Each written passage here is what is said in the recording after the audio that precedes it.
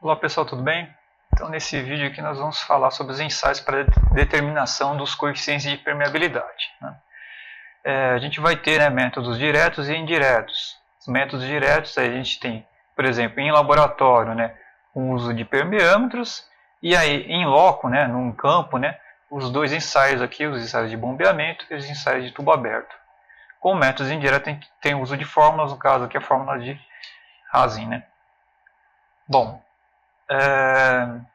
permeâmetros em laboratório, né? A gente vai ter dois tipos de permeâmetros, o de carga constante, cujo procedimento é determinado pela NBR 13292, e o carga variável pela NBR 15545. O de carga constante, eu vou até deixar aqui um link para um vídeo depois aí, mostrando o procedimento, né? Mas aqui, explicando aqui um pouco por cima aí, o procedimento consiste do que, né? Vocês vão ter um corpo de prova com o solo, certo? Esse corpo de prova ele vai ser saturado, né? E vai estar passando água aqui, vai ser saturado, preenchido com água, né? E aí você vai fazer a passagem de água então nesse corpo de prova. Nas duas extremidades aqui, enfim, a gente vai ter algumas variantes aqui, mas enfim, nesse desenho aqui, por exemplo, você tem o corpo de solo, ele está entre duas pedras aqui porosas, né? E aqui então com o solo preenchido. Você tem a entrada de água aqui, né? No tanque, né? Ele mantém aqui um nível constante, então vocês estão vendo que tem um ladrãozinho aqui, né? Para sempre manter a mesma altura de água, né? Tem a passagem de água e aí vocês vão medir então a água que passa por esse corpo de prova, né? A vazão de água que passa por esse corpo de prova. Então, a permeabilidade nesse solo, né, ele vai ser o que? A vazão de água que passa por ele, vezes o comprimento, né? Comprimento aqui, passagem de água, e aí dividido então pela área de seção, né? Então se você fizer um corte nesse sentido, no caso aqui nesse sentido, vezes também a perda de carga, que corresponde ao que, né? A essa diferença aqui de altura aqui, mantido constante, né? Por isso que ele é chamado de permeâmetro de carga constante, né? Então, perda de carga aqui é um valor constante. É um ensaio aqui que você mantendo aquele constante, né? Você vai, se você tiver um solo aí com uma permeabilidade aí bem elevada, você consegue medir, né, rapidamente aqui a vazão, você tem um bom volume de água para ser medido, né? Mas se você tiver um solo com uma permeabilidade muito reduzida, bem baixa, né, o que vai acontecer, né? Você vai levar muito tempo aí para medir aí um volume bom aí de água, né? Então, que nem um solo com baixa permeabilidade aí, às vezes em questões aí de segundos aí, ou exagerando minutos, você consegue um bom volume de água para medir, né? Enquanto que um solo com permeabilidade mais baixa, o problema que você vai ter, né, é que você vai levar, em questões de minutos, aí você vai ter um volume muito pequeno de água, que aí você vai estar suscetível até erro por conta até de evaporação. Então, e aí você teria que ficar, enfim, horas e horas, né? Como eu falei, tem um problema de evaporação, e aí é um ensaio que você está mais suscetível a erro, né? No caso, se você tiver com um solo com uma permeabilidade muito baixa, né? E aí, por conta disso, né, a gente tem um ensaio de permeâmetro de carga variável. Já nesse permeâmetro, né, você, como o próprio nome diz, né, a carga aqui então, é variável. Então, você inicia com um volume de água, uma altura inicial aqui de água, né, e isso vai se reduzindo então ao longo do tempo. Você vai, nesse caso aqui, né, a permeabilidade vai ser a relação então comprimento aqui que a água passa nesse corpo de prova de solo, vezes esse Azinho aqui. Esse Azinho aqui ele vai ser a área de seção aqui desse volume de água que está sendo reduzido, né? Então aqui no caso você tem uma bureta, enfim, uma bureta aí que vai ter um pequeno volume de água, né? Ela vai ser graduada, então vocês pegam a leitura inicial, pega a leitura após tantos minutos, né? Isso aqui tem uma seção aqui dessa bureta, vai ser esse Azinho aqui. O Azão é a área de seção desse corpo de prova, então você faz um corte nesse sentido, o Azinho também nesse sentido aqui. E o tempo decorrido, então, entre o H1, né, a altura inicial, e o H2, a altura final. Aí, vezes, né, o logaritmo neperiano, tensão, né, que aqui é neperiano, né.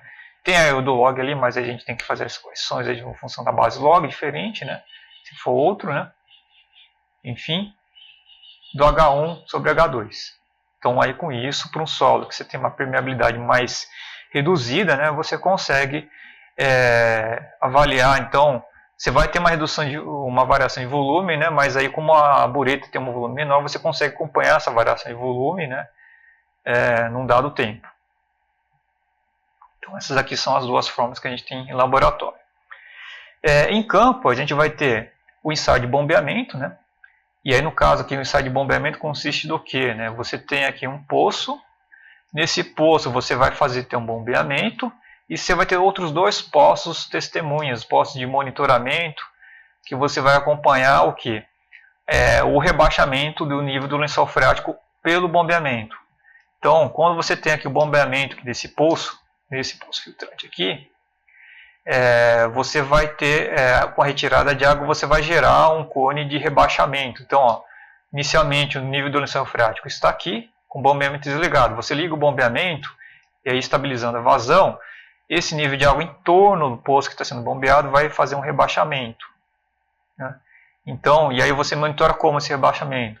Pelas medidas de altura nos poços de monitoramento, os poços testemunhos. E aí, com essas alturas de água nos poços testemunhos, né, que aí são aqui o Y1 e o Y2, né, e as distâncias que estão aqui em relação ao poço filtrante, né, X1, X2, né, e a vazão, né, que está sendo bombeada, vocês têm então o coeficiente de permeabilidade do solo, né, dessa camada aqui.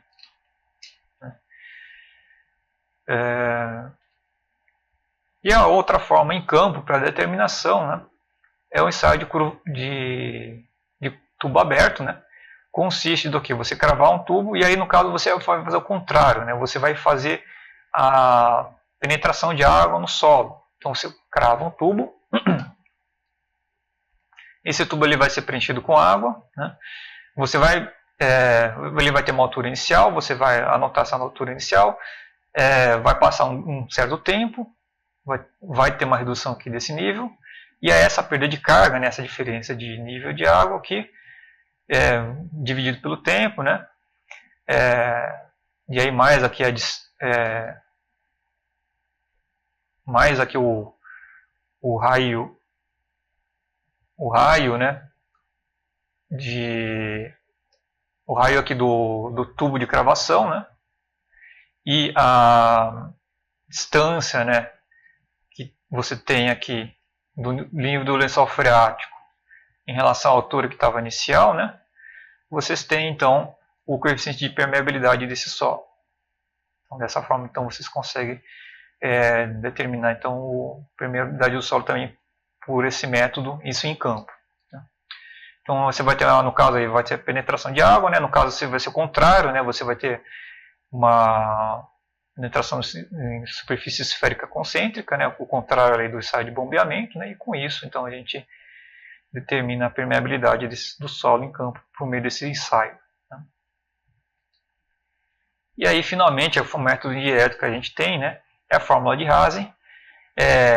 A fórmula de Hazen, primeira coisa, né, deixa bem estabelecida, ela só vai se aplicar para areias fofas e bem uniformes. Então, se você tiver um solo argiloso, consequentemente você não aplica a fórmula de Hazen, porque ela não vai ter validade.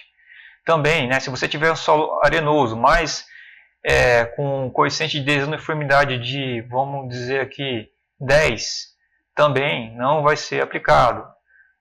De 6 também não, né, ele tem que estar de 5 para baixo, né. Então, aí ele estando aqui cumprindo esses requisitos, né? Então, coeficiente de desuniformidade menor que 5, né? Sendo uma areia fofa, né? Aí vocês podem estar aplicando a fórmula de Hazen. Ela é utilizada aqui, principalmente para drenos aí, né, feitos aqui de areia, enfim, e filtros, né. Então, para avaliar a permeabilidade de filtros, né, que geralmente acaba utilizando areias, né. E então você relaciona então que a permeabilidade é o que? O coeficiente de Hazen, um valor lá entre 100 e 150, vezes o diâmetro efetivo, né. Então D10 aí elevado ao quadrado. E aí, enfim, se tiver correção de temperatura, né, você tem que essa malha aqui na fórmula, né. Então, é isso, né, gente? E aí a gente se vê então nos próximos vídeos.